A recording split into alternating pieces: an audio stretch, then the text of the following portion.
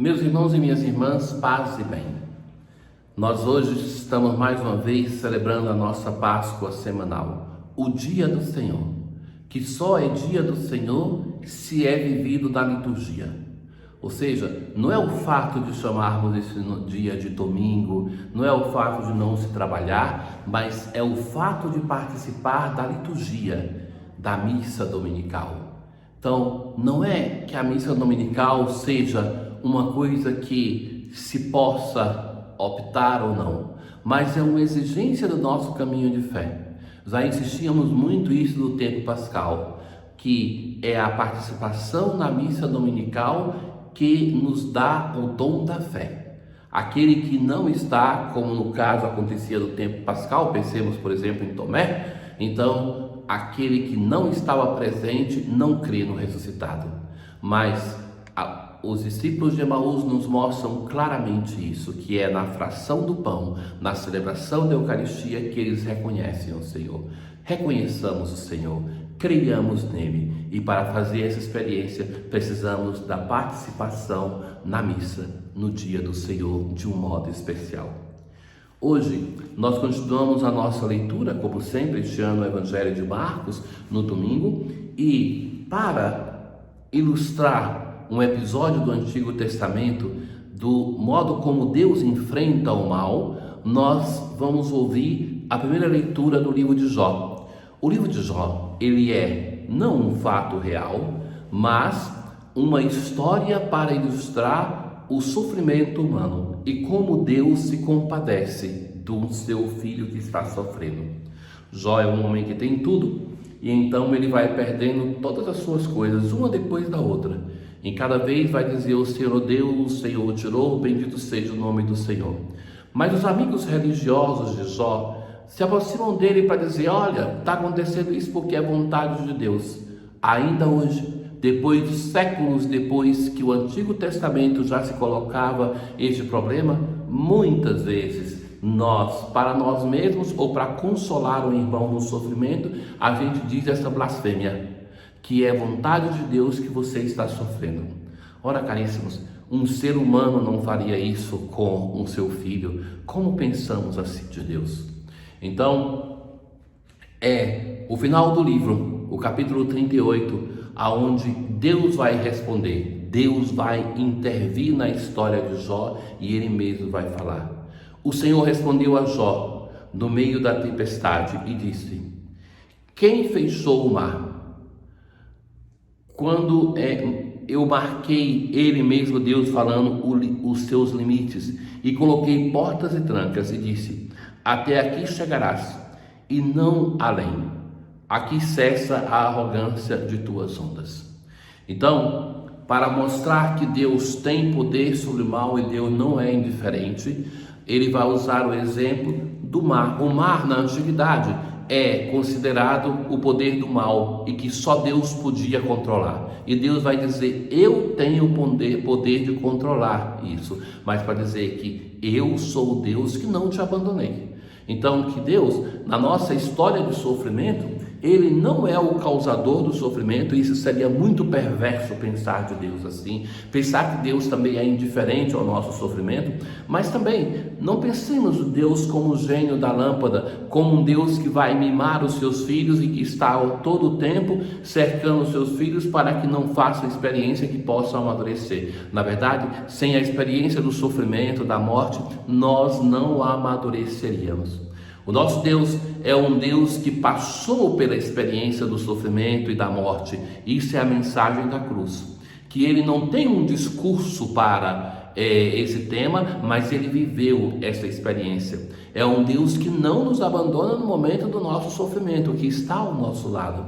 Então, muitos dos sofrimentos que nós temos, como mesmo a doença, a morte, uma pandemia, é consequência do próprio processo da natureza. Muitas vezes é a intervenção do ser humano que não sabe cuidar da natureza que provoca a sua própria peste, a sua própria pandemia.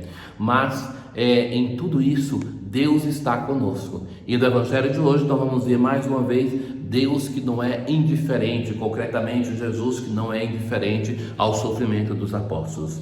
Então, no evangelho de hoje, Jesus está com os apóstolos e então ele, mesmo o Senhor Jesus, vai dizer aos discípulos: vamos para outra margem.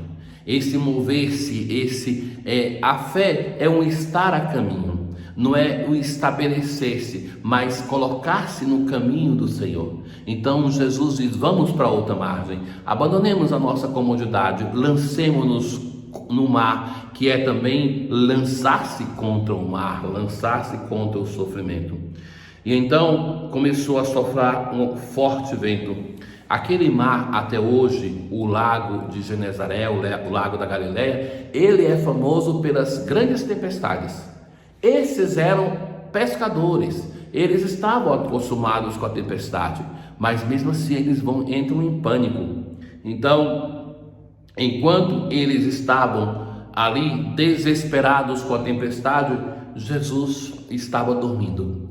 Então, esta imagem parece de um Deus que é indiferente com o nosso sofrimento, porque enquanto eles estão sofrendo, e a barca é o símbolo da igreja, é como que a igreja está sofrendo, e pensem que isso, para um texto escrito para uma igreja perseguida, quer dizer muito, porque na igreja perseguida, na barca que está sofrendo, nos apóstolos que estão no meio da tempestade, e Jesus está dormindo. Então, a impressão primeira é que você é indiferente ao nosso sofrimento. E não é isso que Jesus vai ouvir dos apóstolos? Mestre, estamos perecendo e tu não te importas? Essa é a nossa impressão tantas vezes do nosso sofrimento. Senhor, estamos no meio da pandemia. Senhor, estamos sofrendo. Minha família está com crise no matrimônio. Minha família está com problemas econômicos. Meus filhos estão perdendo a fé. O mundo está em crise. A tua igreja está sofrendo. E parece que nós também queremos dizer: Mestre, estamos perecendo e tu não te importas. Ele se levantou e ordenou ao vento e ao mar: silêncio, cala-te. Ora, na antiguidade, como eu lhes dizia, que o mar é o símbolo do mal e só Deus podia acalmá-lo. Então esse gesto de Jesus revela a sua divindade. Mas sabe que em qualquer situação, diante do sofrimento do outro, nós só conseguimos ajudar se nós não nos tornamos desesperados com ele. Então, o que nós precisamos? Ter a capacidade de compaixão, do co-sofrer com o irmão, mas ao mesmo tempo não entrarmos no desespero que ele está, porque senão seremos um desesperado a mais. Então, Jesus mostra, por um lado, que tem compaixão, que é solidário com os apóstolos, mas não é mais um amedrontado com os apóstolos. Silêncio, cala-te. E Jesus então vai perguntar aos discípulos: por que sois tão medrosos e ainda não tendes fé? Parece dizer a mesma coisa. O medo é o sinal da ausência de fé. A fé se manifesta também a ausência de fé se manifesta também na presença do medo. Quantas vezes na palavra de Deus vai se recomendar: não tenhais medo? Quantas vezes Jesus vai dizer, ou Deus no Antigo Testamento, a alguém que ele está com medo, reprova-o pelo medo. O medo é o grande adversário da nossa fé. Nós pensamos muitas vezes que o grande adversário da nossa fé é o demônio, mas pensa que quando tem uma manifestação demoníaca ou a ele atribuído, produz tanto efeito de conversão, as pessoas rezam, buscam a Deus. Então, o medo de nos colocar em jogo, de nos envolver com o projeto, de lançarmos as redes, de partirmos, de nos envolvermos com a evangelização, de darmos a vida por uma causa, o medo de professar a nossa fé, o medo de arregaçarmos as mangas e trabalhar pela nossa igreja, pela evangelização, para um mundo melhor, tantas vezes é o medo. Então, os discípulos sentiam um grande medo e diziam uns aos outros: quem é este a quem até o vento e o mar obedecem? Os apóstolos hoje têm medo da tempestade e depois medo de Jesus. O medo de Deus, quando é uma virtude, é o temor de Deus, o respeito pelo sagrado, o respeito reverente. Mas se é um verdadeiro medo, não é uma virtude, mas sim algo que nós devemos vencer. Tenham todos um bom domingo. O Senhor esteja convosco, Ele está no meio de nós. Abençoe-vos o Deus Todo-Poderoso, o Pai, o Filho e o Espírito Santo.